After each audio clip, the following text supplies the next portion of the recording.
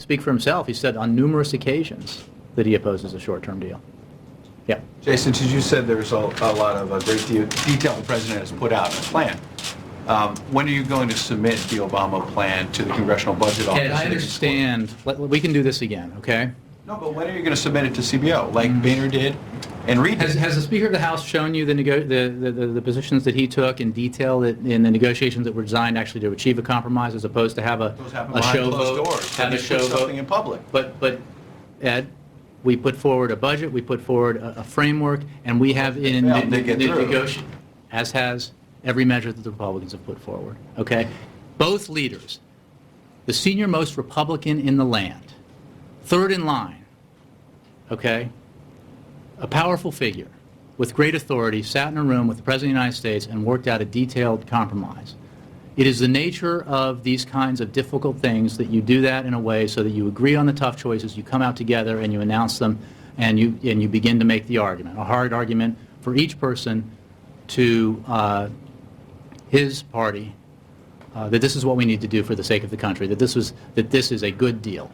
Okay, and that's what Speaker Boehner. Give it to CBO, and as Chuck said yesterday, have a senator introduce it as an actual bill. We're 6 days away. Chuck, I mean, Ed, the Speaker walked away from this deal. Right, but you think it's a great deal, so put it out there. Let the American people see it. I think I've answeed the question. Okay, Chuck, one quick thing. I mean, I know you're creating a thing here for Fox. You said a minute ago. That's not what I'm doing. And you know better than that. You said a minute ago to Brianna, I think.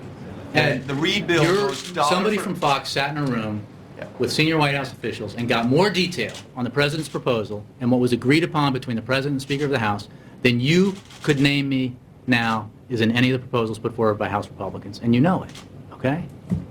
You haven't made that plan public. You just haven't. But, okay.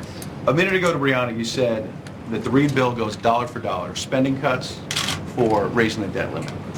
In fact, CBO said that it's $500 billion short. Mm-hmm. CBO, as you know, scored both the Boehner plan and the Reid proposal on the March baseline.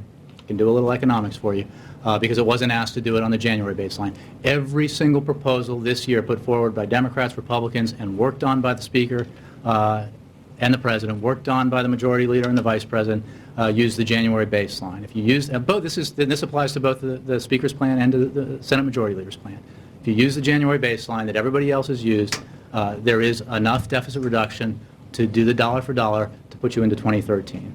This is a technicality. It's not a political point. Okay? That's how it works for both. Both are the same.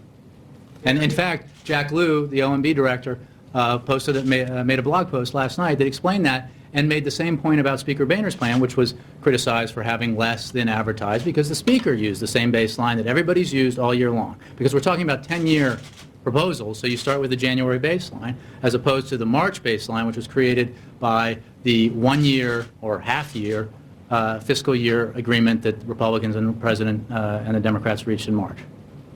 That's the answer to that. Chuck. Does that mean